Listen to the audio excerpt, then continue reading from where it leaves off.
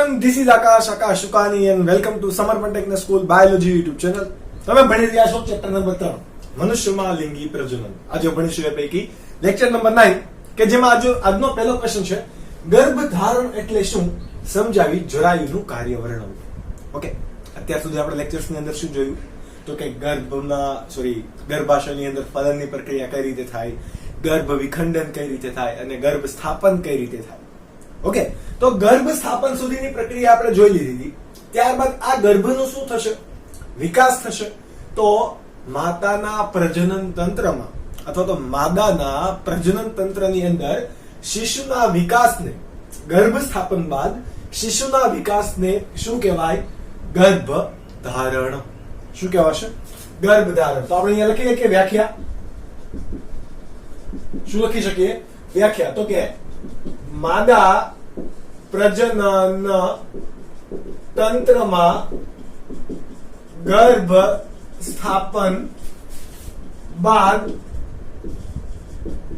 શિશુના વિકાસને શું કહેવાશે? ગર્ભધારણની પ્રક્રિયા કહેવાય. સામાન્ય રીતે દરેક સજીવોની અંદર આ સમયગાળો એટલે કે શિશુના વિકાસનો સમયગાળો કે આપણે જેને પ્રેગ્નન્સીનો સમયગાળો કહીએ છીએ આ કેવો હોય? અલગ અલગ હોય. જેમ કે હાથી માટે 24 થી 23 મહિના જેટલો. ઓકે, તો એપ્રોક્સિમેટલી એવા 2 વર્ષ જોવા મળે, પણ આપણામાં એટલું બધું જોવા મળતું નથી. મનુષ્યની અંદર સામાન્ય રીતે ગર્ભધારણનો સમયગાળો કેટલો હોય? આપણને બધાને ખ્યાલ છે 9 મહિના. કેટલા હોય? 9 મહિના. તમારે જો સ્પેસિફિકલી કેવું હોય તો કે અંડપાત બાદ જ્યારે છેલ્લો અંડપતન થયું હોય, અંડપાત બાદના કેટલા દિવસો તમારે ગણી લેવાના? 266 દિવસ. કેટલા? 266 દિવસ. પરંતુ છેલ્લા ઋતુસ્રાવ બાદ, ઋતુસ્રાવ તો પહેલા થઈ ગયો હોય, ઓકે, છેલ્લા ઋતુસ્રાવ બાદ એટલે આમાં તમારે 14 દિવસ એડ કરી દેવાના, કારણ કે ઋતુસ્રાવ બાદ 14 દિવસ પછી શું થાય? અંડપાત થાય. બરાબર?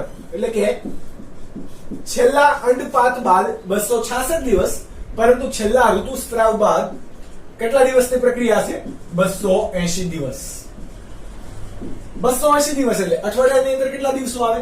7. ઓકે, 7 ચોક 28. તો અહીંયા તમે ભાગ ઉડાડો, કેટલા થાય? 240 દિવસના 40 મંથ. તમને કોઈ પણ રીતે ક્વેશ્ચન પૂછે તો તમને ખબર પડતી હોવી જોઈએ કે 40 મહિના સુધી શું કયો જે તબક્કો છે એને શું કહેવાશે? શિશુ વિકાસ. શિશુ વિકાસને આપણે શું કીધું? ગર્ભધારણ. પરંતુ આ 40 અઠવાડિયા પૈકી પ્રથમ 12 અઠવાડિયા સુધી જે વિકાસ પામે છે એને આપણે શું કહીએ છીએ? ગર્ભ. બરાબર? એનો વિકાસ થતો હોય તો એને શું કહેવાય? ગર્ભ વિકાસ. બરાબર? પછી 12 અઠવાડિયા બાદનો જે પણ વિકાસ છે, અઠવાડિયા બાદ જે કોઈ પણ વિકાસ છે એને શું કહેવાય? ભ્રૂણ. અને ભ્રૂણમાં થતા વિકાસને શું કહેવાય? ભ્રૂણ વિકાસ. એટલે ગર્ભ અને ભ્રૂણ બંને અલગ અલગ છે નહીં. પહેલા 12 અઠવાડિયા દરમિયાન જે પણ ફલિતાંડમાંથી જે વિકાસ પામતો હતો એને શું કીધું આપણે? ગર્ભ. ગર્ભ બાદ આપણે એને શું કહીએ છીએ? 12 અઠવાડિયા પછી જે વિકાસ પામે છે એને ભ્રૂણ કહેવાશે. શું કહેવાશે? ભ્રૂણ કહેવાશે. ચલો, ગર્ભ સ્થાપનની પ્રક્રિયા ક્યાં થઈ હતી? ગર્ભ સ્થાપન આપણને ખ્યાલ છે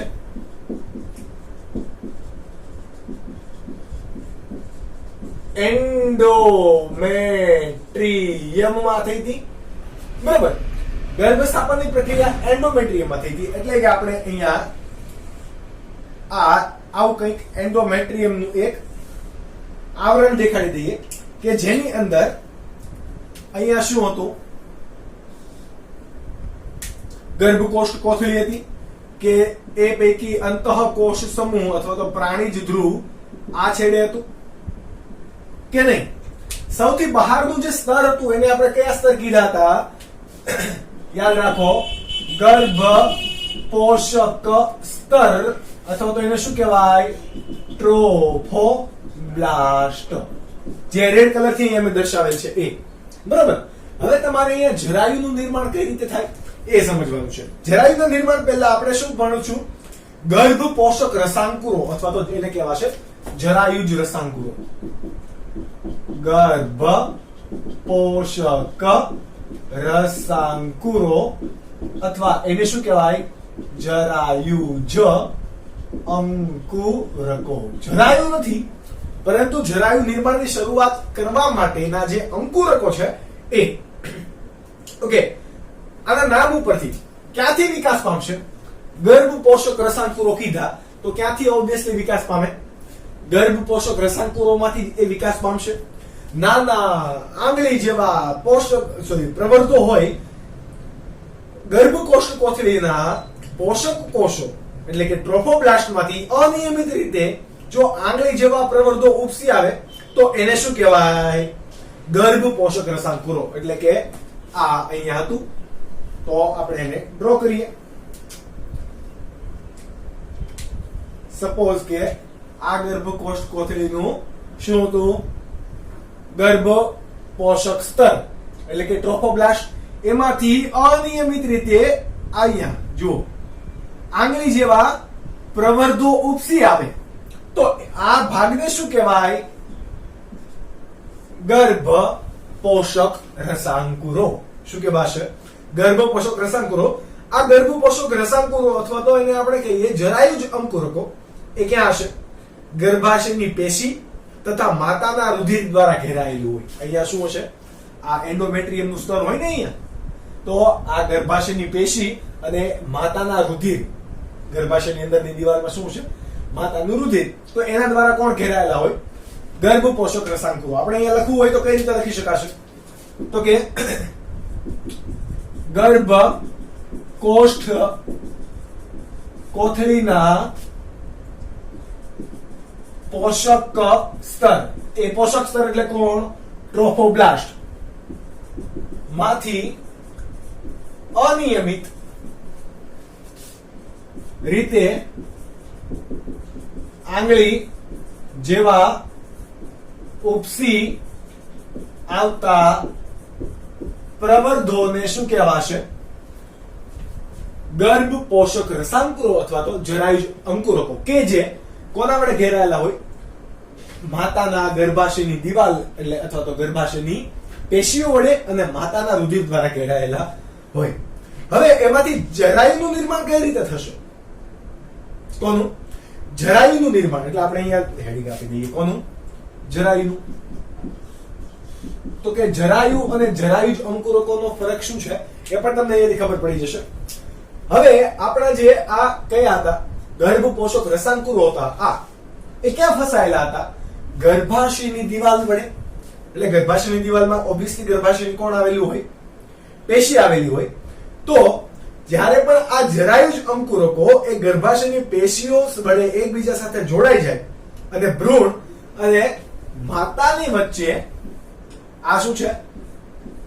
ગર્ભાશયની પેશી.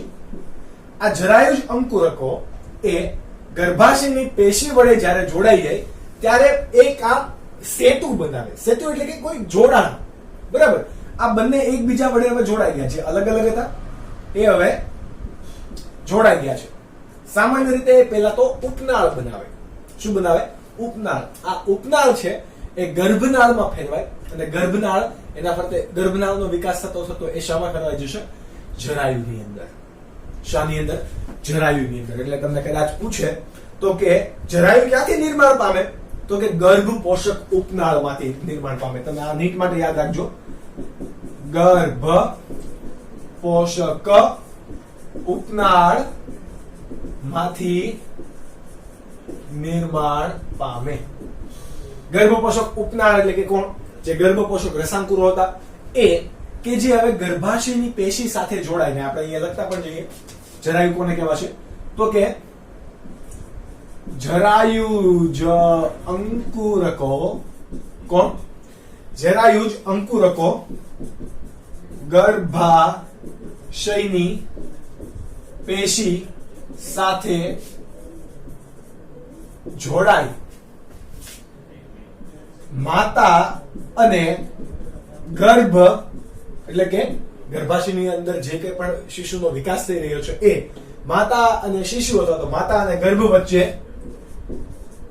રચનાત્મક અને ક્રિયાત્મક એકમ રચાય અથવા તો નલિકામય રચના ઉત્પન્ન થાય એને શું કહેવાય?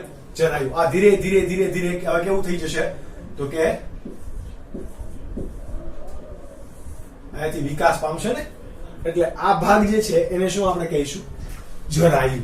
કે જે માતાના સાથે જોડાયેલું છે કે નથી જોડાયેલું. પણ હવે જરાયુનું કાર્ય શું? બરાબર, આપણે સવાલની અંદર છે ને કે જરાયુનું કાર્ય પણ જણાવો. તો જરાયુનું કાર્ય શું છે એના માટે તમે પહેલા આ વસ્તુ નોટ ડાઉન કરી લો, કારણ કે આપણે અહીંયા આગળ ભણતા જઈએ કે જરાયુનું કાર્ય કયા કયા છે. તો પહેલું જરાયુનું કાર્ય હશે, તમે માતાના ગર્ભાશયની અંદર છો, ચલો વિચારો કે તમે માતાના ગર્ભાશયની અંદર છો, તમે હવા ક્યાંથી લઈ શકો? એટલે કે હવામાં રહેલો ઓક્સિજન ક્યાંથી લઈ શકો? તમે ખોરાક ક્યાંથી મેળવી શકો? કોઈ તમને ખવડાવવા આવે છે તો કે નહીં? કોઈ તમને બહારથી ઓક્સિજનનો પેકેજ આપીને તમને આપવા આવે છે તો કે નહીં? તો આ ઓક્સિજન છે કે પોષક તત્વો છે, પોષક ઘટકો છે, તમને જે વિકાસ થવા માટેનું જે પોષણ છે એ ક્યાંથી મળવાનું છે? જરાયુ દ્વારા. માતાનો ભાગ છે એમાંથી ઓક્સિજન, જો અહીંયા તમને ડ્રો કરતો જાઓ એ રીતે તમને સમજ પણ પડતી જશે કે ઓક્સિજન માતાના જરાયુની અંદરથી તમે ગ્રહણ કરશો. આની સિવાય કોને ગ્રહણ કરશો? પોષક ઘટકો તમે ગ્રહણ કરશો. પરંતુ ઓક્સિજન તમે અંદર લ્યો છો અને પોષક ઘટકો અંદર પણ તમે લ્યો છો, તો એ ઓક્સિજન જ રહેશે. તમારા એટલે કે જે ગર્ભની અંદર પણ વિકાસ પામી રહ્યો બાળક છે એ પણ શું કરશે? એ ઓક્સિજન લઈને શ્વસનની પ્રક્રિયા કરશે. વિકાસ માટે શ્વસન આવશ્યક છે. ઓકે, તો વધારાનો ઉત્પન્ન થતો કાર્બન ડાયોક્સાઇડ એ પણ કોના દ્વારા બહાર ધકેલાય? જરાયુ દ્વારા. પોષક તત્વો તમે લ્યો છો તો એના દ્વારા ઉત્સર્ગ ઘટકો નીકળશે. કોણ? ઉત્સર્ગ પદાર્થો. એનો પણ આ ગર્ભાશયની અથવા તો જે વિકસતો ગર્ભ છે એમાંથી બહાર નિકાલ તો કોણ કરશે? તો એમાં તો કઈ મૂત્રપિંડ ને બધું વધારે સક્રિય હશે નહીં, અને મૂત્રપિંડ માંથી સ્ત્રાવ થાય તો એ મૂત્રનો નિકાલ કે આ ગર્ભાશયની કોથળીમાં કરે તો કે નહીં? આવું થાય નહીં. તો એ બધો નિકાલ ક્યાંથી થાય? જરાયુ મારફતે. ક્યાંથી થશે? જરાયુ. એટલે આપણે અહીંયા હેડિંગ આપીએ, જરાયુનું કાર્ય. ચલો આપણે લખતા પણ જઈએ કે ઓક્સિજન તથા પોષક ઘટકો ગ્રહણ કરી કાર્બન ડાયોક્સાઇડ અને ઉત્સર્ગ ઘટકોના નિકાલ માટે જરૂરી. પણ ફક્ત ક્યારે? જ્યારે બાળક એ ગર્ભાશયની અંદર છે ત્યારે. સમજ પડી? આની સિવાય જરાયુ છે એ ભ્રૂણ સાથે ગર્ભનાળ વડે જોડાયેલું હોય. કોના વડે? ગર્ભનાળ વડે. કે જે જરાયુની અંદર જે ભ્રૂણની અંદર અને બહારના પદાર્થોના વહનમાં ઉપયોગી હોય. બરાબર. હવે ફક્ત વિકસતા ભ્રૂણને ફક્ત એટલે એમથી જરૂરી નથી. ઘણા અંતઃસ્ત્રાવ, ઘણા ઉત્સેચક, ઘણા એન્ટીબોડીઝ, આ બધાની જરૂર છે.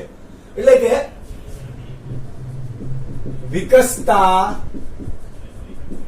ભ્રૂણના, બરાબર, આ કોઈ પણ ભ્રૂણ છે અથવા તો જરાયુ છે એ કોના વડે જોડાયેલું? તો આપણે અહીંયા કીધું તો કે આગળ જેવા પ્રવર્ધો કે જેને આપણે ઉપનાળ કીધું. ઉપનાળ ધીરે ધીરે ગર્ભનાળમાં વિકાસ પામશે. એટલા માટે જરાયુ એ ભ્રૂણ અથવા તો ગર્ભ સાથે કોના વડે જોડાયેલું હોય? ગર્ભનાળ વડે. આ ગર્ભનાળ કે જરાયુ ભ્રૂણની અંદર અને બહારના પદાર્થોના વહનમાં શું હોય? ઉપયોગી. ભ્રૂણના અંદર અને બહારના વહનમાં ઉપયોગી બને. કોણ? જરાયુ. કે જે કોના વડે જોડાયેલી હતી? જરાયુ કોના વડે જોડાયેલું હોય? ગર્ભનાળ સાથે જોડાણ ધરાવે કે નહીં? હવે આ જરાયુની અંદર બે એટલે ચેનલ કેટલી હશે? બે. એટલે કે દ્વિમાર્ગી વહન થતું હશે. શા માટે? તો કે માતાનું રુધિર એ બાળકના રુધિરના સંપર્કમાં ક્યારે આવવું જોઈએ નહીં. આપણને ખ્યાલ છે કે નથી ખ્યાલ? તો આ માતાનું રુધિર અને બાળકનું રુધિર, માતાની અંદર જ એ બાળક વિકસી રહ્યું છે, તો તમને એવું થાય કે માતાનું રુધિર એ બાળકની અંદર આવી જાય, પરંતુ આવું થતું નથી. એટલે કે માતાના રુધિર અને ગર્ભ અથવા તો વિકસતા ભ્રૂણના રુધિરને એક કે તેથી વધારે સ્તર વડે અલગ અલગ રાખે. તમને ખ્યાલ હોય તો યાદ અપાવી દઉં કે માતાનું રુધિર એ ક્યારે બાળકના રુધિરના સંપર્કમાં આવે નહીં. તો એ સંપર્ક કોણ નથી થવા દેતું? આ કોણ? જરાયુ. પરંતુ માતાના રુધિરમાં રહેલ એન્ટીબોડી એ બાળકની અંદર આવી શકે. કયા એન્ટીબોડી આવે તમને ખબર છે? કે એન્ટીબોડી ઇમ્યુનોગ્લોબ્યુલિન G, બરાબર, સૌથી વધારે રહેલું હોય. કેટલું પ્રમાણ હોય? 80%. તમને યાદ છે, આપણે ચેપ્ટર નંબર 8 ભણી ગયા. માતાના રુધિરમાં રહેલ એન્ટીબોડી G કે જે ઘણા બધા રોગો માટેના, જેમ કે અછબડા, ઓરી, આની સિવાય અન્ય રોગ, જેમ કે જેટલા પણ એન્ટીબોડી હશે, બરાબર, રોગો વિરુદ્ધના એન્ટીબોડી હશે. પોલિયો પણ તમે લઈ શકો, પોલિયો વગેરેના એન્ટીબોડી બાળકમાં પ્રવેશે. કોના દ્વારા? જરાયુ દ્વારા. માતાની અંદર રહેલ અછબડા, ઓરી, પોલિયો વગેરે જેવા રોગોના એન્ટીબોડીઝ કે જે માતાના રુધિરમાં રહેલા છે, એન્ટીબોડી G સ્વરૂપે, તો એ એન્ટીબોડી ક્યાં જશે? જરાયુ દ્વારા બાળકની અંદર અથવા તો વિકસતા ભ્રૂણ અથવા ગર્ભની અંદર પ્રવેશ પામે. ઓકે, આપણે એને શું કીધું? Antibody G. શું કીધું? Antibody G. ફક્ત એક જ એન્ટીબોડી કે જરાયુ દ્વારા માતાના રુધિરની અંદર વહન પામી શકે, એવો કયો? Antibody G. આ એક વસ્તુ યાદ રાખો. ત્યારબાદ છે કે માતાના રુધિરમાં રહેલ જરાયુ જ અંતઃસ્ત્રાવ પણ ઉત્પન્ન કરે. બરાબર, જરાયુ એ અંતઃસ્ત્રાવ ઉત્પન્ન કરવા માટે પણ જવાબદાર છે. કયા કયા? તો કે 2 અંતઃસ્ત્રાવ છે. બરાબર, હું અહીંયા તમને હેડિંગ આપી દઉં કે જરાયુજ અંતઃસ્ત્રાવોના નિર્માણ માટે પણ કોણ જવાબદાર છે? જરાયુ. પહેલો છે HCG અને બીજો છે HPL. HCG અને HPL આ રીતે દર્શાવે છે. બરાબર, ચલો બંનેના પૂરા નામ તમારે યાદ રાખવાના છે. પહેલું છે H for human, C for chorionic અને G for gonadotropin. Gonadotropin. What is gonadotropin? તો કે જે FSH, LH અથવા તો આપણે એવું કહી શકીએ કે જે ગોનાડ્સ એટલે કે શુક્રપિંડ કે અંડપિંડ, બરાબર, પ્રજનન પિંડ જે છે એના અંતઃસ્ત્રાવોના નિર્માણ માટે પણ, એટલે કે એના ઉપર ડાયરેક્ટ અસર કરતું હોય. જેમ કે પુખ્ત મનુષ્યની અંદર ગોનાડોટ્રોપિક રિલીઝિંગ હોર્મોન હોય કે જે FSH અને LH પર અસર કરતું હતું. પરંતુ બાળકની અંદર કયું હશે? હ્યુમન કોરિયોનિક ગોનાડોટ્રોપિન કે જે વિકસતા બાળકના પ્રજનન પિંડ જેવા કે અંડપિંડ કે શુક્રપિંડ પર અસર કરીને જાતીય અંતઃસ્ત્રાવ ઉત્પન્ન કરવાનું શરૂઆત કરશે. જો આ HCG નું પ્રમાણ વધારે છે તો એ કોનો વધારે સ્ત્રાવ કરાવશે? ઇસ્ટ્રોજન અને પ્રોજેસ્ટેરોનના સ્ત્રાવને પ્રેરે. કોણ? માતાની અંદર જરાયુ અંતઃસ્ત્રાવ જો આ રિલીઝ થયો હ્યુમન કોરિયોનિક ગોનાડોટ્રોપિન, તો એ વધારે ઇસ્ટ્રોજન અને પ્રોજેસ્ટેરોન પ્રેરવા માટે પણ જવાબદાર છે. બીજો આપણો અંતઃસ્ત્રાવ છે HPL. કયો? HPL. તો એનું પૂરું નામ છે હ્યુમન પ્લેસેન્ટલ લેક્ટોજન. હ્યુમન પ્લેસેન્ટલ લેક્ટોજન. બરાબર, પ્લેસેન્ટલ નો મતલબ શું છે? પ્લેસેન્ટા એટલે કે જરાયુ. શું થાય? પ્લેસેન્ટા એટલે કે જરાયુ. લેક્ટોજન તો આપણો અંતઃસ્ત્રાવ છે. ઓકે, તો હ્યુમન પ્લેસેન્ટલ લેક્ટોજન આ HCG અને HPAL એ મુખ્ય જરાયુના અંતઃસ્ત્રાવો છે. કોના? મુખ્ય જરાયુના અંતઃસ્ત્રાવો છે. અને તમને મેં કીધું એમ, જો HCG નું પ્રમાણ વધારે છે, ઊંચું પ્રમાણ છે, તો એ ઇસ્ટ્રોજન અને પ્રોજેસ્ટેરોનના સ્ત્રાવને પણ શું કરે? પ્રેરે અથવા તો ઉત્તેજે છે. આની સિવાય રિલેક્સિન અંતઃસ્ત્રાવ પણ આ કોણ જરાયુ અંતઃસ્ત્રાવના પરિણામે ઉત્પન્ન થશે. કયો? રિલેક્સિન અંતઃસ્ત્રાવ. ક્યારે ઉત્પન્ન થાય? તો કે માતામાં ગર્ભધારણના અંતિમ તબક્કામાં. ક્યારે? ગર્ભધારણના અંતિમ તબક્કામાં અંડપિંડ માંથી મુક્ત થતો અંતઃસ્ત્રાવ એ કોણ? રિલેક્સિન. કે જેનું કાર્ય આપણે જ્યારે પણ પ્રેગ્નન્સી અથવા તો પ્રસૂતિ ભણીશું ત્યારે આપણે ભણીશું કે રિલેક્સિન શું કાર્ય કરે. ઓલરાઈટ. આની સિવાય oestrogen, progesterone, cortisol, prolactin, thyroxine અંતઃસ્ત્રાવ પણ આ ગર્ભધારણ દરમિયાન જોવા મળે. કયા કયા? કોર્ટિસોલ,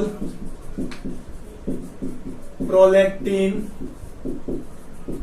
થાઇરોક્સિન જેવા અંતઃસ્ત્રાવોનું પણ માતાની અંદર આ પ્રેગ્નન્સી અથવા તો ગર્ભધારણના સમયગાળા દરમિયાન આ અંતઃસ્ત્રાવોનું પ્રમાણ કેવું હશે? ઊંચું હશે.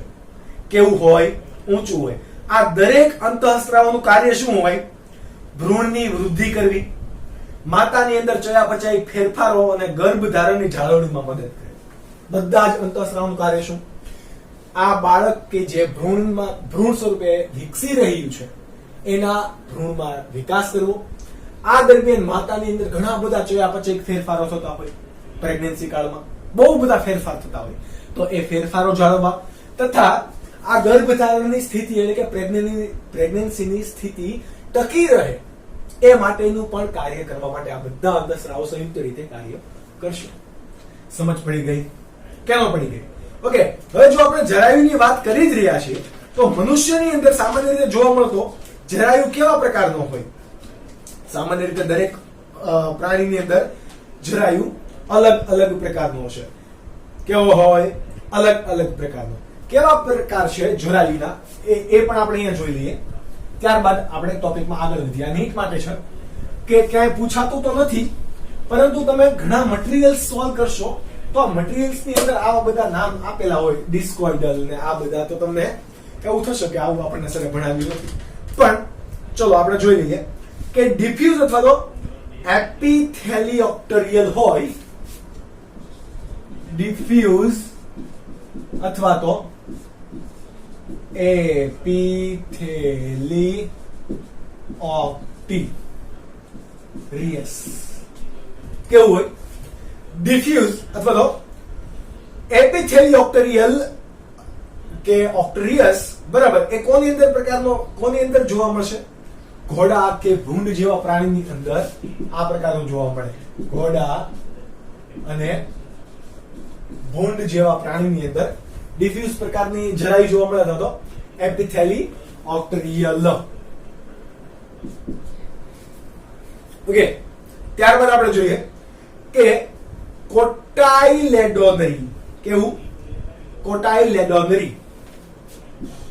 કોટાઇલેડોનરી આ પ્રકારનો જરાયુ કોની અંદર જોવા મળશે? તો કે રૂમિનેન્ટ પ્રાણીની અંદર. કેવા? રૂમિનેન્ટ પ્રાણીની અંદર એટલે કે કેવા? ગાય, ભેંસ, બકરી વગેરે પ્રાણીની અંદર કેવા જોવા મળે? કોટાઇલેડોનરી જરાયુ જોવા મળશે. ત્યારબાદ છે ઝોનરી. કેવું છે? ઝોનરી. ઝોનરીને આપણે બીજું શું કહી શકાય? ઇન્ડો. આપણે પેલા કેવું હતું? એપિથેલિયોક્ટરિયલ હતું. અહીંયા કેવું છે? ઇન્ડોથેલિયોક્ટરિયલ. ઝોનરી અથવા તો ઇન્ડોથેલિયોક્ટરિયલ પ્રકારનો જરાયુ ફક્ત ને ફક્ત કોના અંદર જોવા મળશે? તો કે માંસાહારી પ્રાણી છે. કેવા? માંસાહારી પ્રાણી જેવા કે કૂતરો, કેટ કે સિંહ, વાઘ બધે, બરાબર. તો આ બધાની અંદર કેવા જોવા મળે? મોટા ભાગે માંસાહારી પ્રાણીની અંદર ઝોનરી અથવા તો ઇન્ડોથેલિયોપ્ટેરિયલ પ્રકારના જરાય જોવા મળશે. ત્યારબાદ આપણી અંદર જે જોવા મળે એ સસ્તનની અંદર જે વધારે પ્રકારના સોરી આપણે રોડેન્ટ્સ અને પ્રાઇમેટ્સમાં જે જોવા મળે એ ડિસ્કોઇડલ અને હિમોકોરિયલ. કેવો? ડિસ્કોઇડલ અને અથવા તો એને શું કહેવાય? હિમોકોરિયલ પ્રકારનો જે જળાયુ છે કોની અંદર જોવા મળશે? રોડેન્ટ પ્રાણીની અંદર અને પ્રાઇમેટ્સ ની અંદર.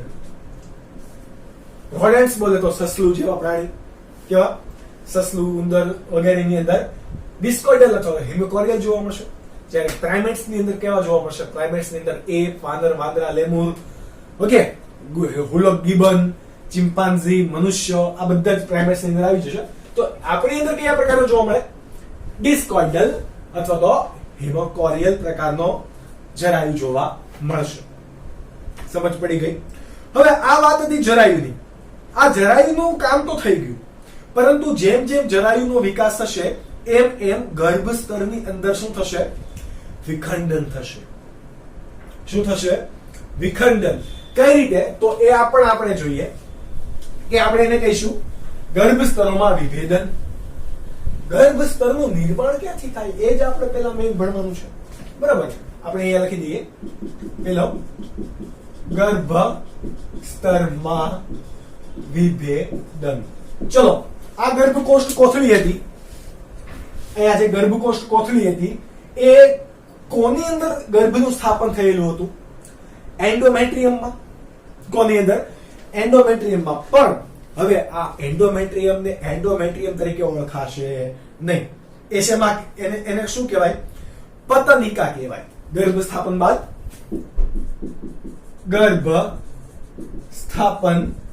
બાદ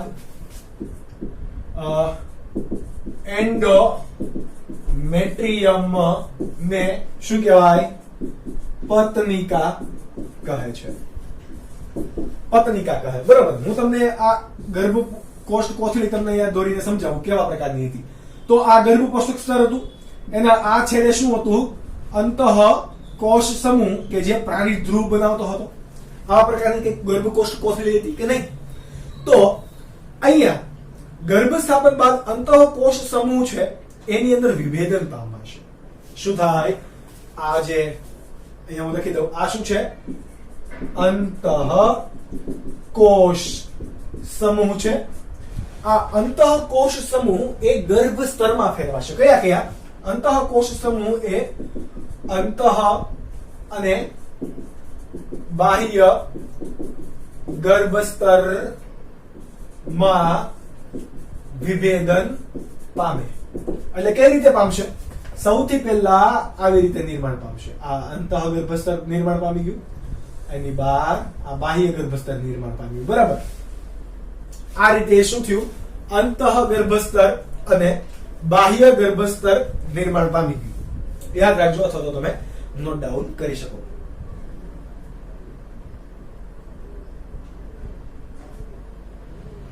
હવે થઈ ગયું નોટ ડાઉન. આ જે અંતઃ ગર્ભસ્તર અને બાહ્ય ગર્ભસ્તર આપણને ખબર છે, ચેપ્ટર નંબર 4 ધોરણ 11 યાદ કરો કે મનુષ્ય અથવા તો સસ્તન કેવા પ્રાણી હોય? ત્રિગર્ભસ્તરી અને દેહકોષ્ઠી પ્રાણી હોય કે નહીં? તો જ્યારે પણ આ ગર્ભસ્તર રચાવાની શરૂ થઈ જાય, અંતઃ ગર્ભસ્તર અને બાહ્ય ગર્ભસ્તર બની જાય, ત્યારબાદ એની અંદર શું નિર્માણ પામશે? મધ્ય ગર્ભસ્તર. શું નિર્માણ પામે? મધ્ય ગર્ભસ્તર. આ મધ્ય ગર્ભસ્તર પૈકી અહીંયાથી એક પોલાણ જેવી રચના ઉત્પન્ન થશે અને અહીંયા શું બનાવે? કોથળી જેવી રચના બનાવે કે જેને શું કહીએ આપણે? દેહકોષ્ઠ. કેમ? તો કે આપણે બધા જ મનુષ્ય કેવા છીએ? દેહકોષ્ઠી પ્રાણી. એટલા માટે તમે આવું એક ભણી ગયા હતા ગર્ભસ્તર, યાદ કરજો, ચેપ્ટર નંબર 4, બરાબર. તો કે આ પોલાણ શું છે? અંતઃસ્તરનું પોલાણ કે જે પાચન તંત્ર રચશે, આ ભાગ અંતઃસ્તર કે જે અંદરની દિવાલ રચે, પાચન તંત્રની દિવાલ રચે, બરાબર.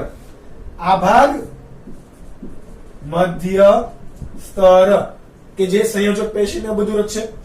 આ ભાગ મધ્ય સ્તરની અંદર આવેલ દેહકોષ્ઠ ભાગ. તો આ દેહકોષ્ઠની અંદર શું હોય? દેહકોષ્ઠની અંદર અંગો રચાશે. ઓકે. અને સૌથી બહારનો ભાગ તો કે બાહ્ય ગર્ભ સ્તર. તો આ બાહ્ય ગર્ભ સ્તર જે છે એ ત્વચા, આંખના પોપચા, વાળ વગેરેનું નિર્માણ શેમાંથી થશે? બાહ્ય ગર્ભ સ્તરની અંદરથી. એ કઈ રીતે? એ આપ તમે નોટ ડાઉન કરશો, એના પછી હું તમને સમજાવું. આખું લિસ્ટ તમને આપી દઉં કે કયા ભાગ કયા ગર્ભ સ્તરમાંથી ક્યારે નિર્માણ પામશે. પરંતુ એની પહેલા તમારે યાદ રાખવાનું છે કે સ્ટેમ સેલ. કોણ? Stem cell. સ્ટેમ સેલ એટલે કે એક પ્રકારના અંતઃકોષ સમૂહ છે કે જેની અંદર દરેક પેશી કે અંગોનું નિર્માણ કરવાની ક્ષમતા છે. એને શું કીધું? સ્ટેમ સેલ અથવા તો સ્ટેમ કોષ. બરાબર. આ અંતઃકોષ સમૂહની અંદર કોષો આવેલા છે. એ કોષોને શું કહેવાય? Stem cell. કે જે દરેક પેશી, વિવિધ કોષો અને વિવિધ અંગોનું સર્જન કરવા માટે જવાબદાર છે. તો એવા એને શું કહેવાય? Stem cell. એ રક્ત કોષો બનાવશે, ત્વચાના કોષો બનાવશે, બરાબર, લસિકા કણો બનાવશે, ચેતાકોષ બનાવશે. બધા એક જ પ્રકારના કોષમાંથી નિર્માણ પામે છે. તો એ એક પ્રકારનો કોષ એટલે કે કોણ? સ્ટેમ સેલ અથવા તો સ્ટેમ કોષ. કે જે તમે આ નોટ ડાઉન કરી લો. એટલે નીટ માટે હું પહેલા તમને આ કયા ગર્ભસ્તરમાંથી શું રચાય છે એ સમજાવી દઉં. ત્યારબાદ આ સ્ટેમ સેલ કઈ રીતે કાર્ય કરશે અને કયો કોષ કઈ રીતે બને એ પણ આપણે ભણીશું. એટલું આપણે આ લેક્ચરની અંદર રાખીશું. પરંતુ એ પહેલા તમે એટલું વસ્તુ નોટ ડાઉન કરી દો. ઓકે. તો ત્યારબાદનો ભાગ છે કે અંતઃ ગર્ભસ્તર, મધ્ય ગર્ભસ્તર અને બાહ્ય ગર્ભસ્તરમાંથી કયા કયા ભાગોનું નિર્માણ થાય. દરેક ભાગોને મેં અહીંયા આવરી લીધા છે. જ્યાં જ્યાં તફાવત છે, જ્યાં કન્ફ્યુઝન થશે એ ભાગ હું તમને વધારે હાઇલાઇટ કરીને ભણાવીશ. આ તમને ઘણીવાર નીટના એમસીક્યુઝ ની અંદર પૂછ્યો છે, તો તમારા નીટ માટે ખૂબ જ ઇમ્પોર્ટન્ટ ટોપિક છે.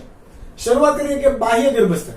આપણા શરીરમાં રહેલ દરેક બાહ્ય ભાગ કે જે આપણે એક આંખો વડે કોઈ પણને જોઈએ છીએ, એ દરેક ભાગ કોનો બનેલો હશે? બાહ્ય ગર્ભસ્તરનો બનેલો હશે. જેમ કે વાળ, બરાબર, વાળ, નખ, આ દાંતનું ઇનેમલ એટલે કે વ્હાઇટ કલરનું જે આવરણ છે દાંતની ફરતે, એ ઇનેમલ. આપણી નેત્રમણી એ પણ કોની? બાહ્ય ગર્ભસ્તરની. ત્વચા અને તેના રંજક દ્રવ્યો એટલે કે મેલેનિન જેવા રંજક કણો, બરાબર, કે જે મનુષ્યના રંગનો નિર્માણ કરે છે. ઓકે. ચેતાતંત્ર આખે આખું. આપણે અહીંયા પણ ચેતાકોષો હશે. એ દરેક મગજથી માંડીને કરોડરજ્જુ પણ જુઓ, મગજ અને કરોડરજ્જુ પણ ક્યાંથી નિર્માણ પામે? તો કે બાહ્ય ગર્ભસ્તરમાંથી જ.